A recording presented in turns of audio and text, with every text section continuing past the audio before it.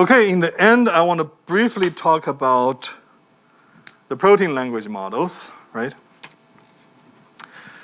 So we have learned so far that in NLP, the syntactic recency beyond the sequential recency is semantically important, right? And but it's computationally challenging, right? So that's why we introduced LSTM, GRU, and self-attention that address these long-term effects or long-range dependency, right? This, syntactic recent but sequentially far, right? And the different architectures address this kind of long-range dependency differently, right? Without the vanishing gradients, right? Remember, that's what we have been talking about so far. So in the protein language, if we regard the protein primary sequence as a language and model them similarly, we can have to answer two questions. First, is there any justification of the need to consider such long-range dependency in the protein sequence? What is the syntactic recency? What is the relevance of two characters or residues that are far away from each other in the sequence, but they may be close to each other in the syntax? What kind of syntax can we think about?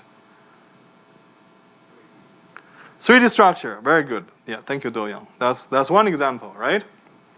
So there is such need, right? Apparently, the structure and the function, everything, it's not just dependent on the sequential recency. So we do need to consider that. The next question is, can we address such needs, right, using the NLP model solutions without any changes, almost? Well, so far, few changes have been made, but I think the field needs fundamental developments, okay? So there's a bunch of models I introduced in the homework 3, right? And I want to talk about ESM very briefly. So in the case of the ESM, you can look at, this is a very large model, the number of layers and heads and everything, right? And there are tens or hundreds of millions of parameters that are trained on the UniRef 50 or 100 protein sequences, okay? Data set.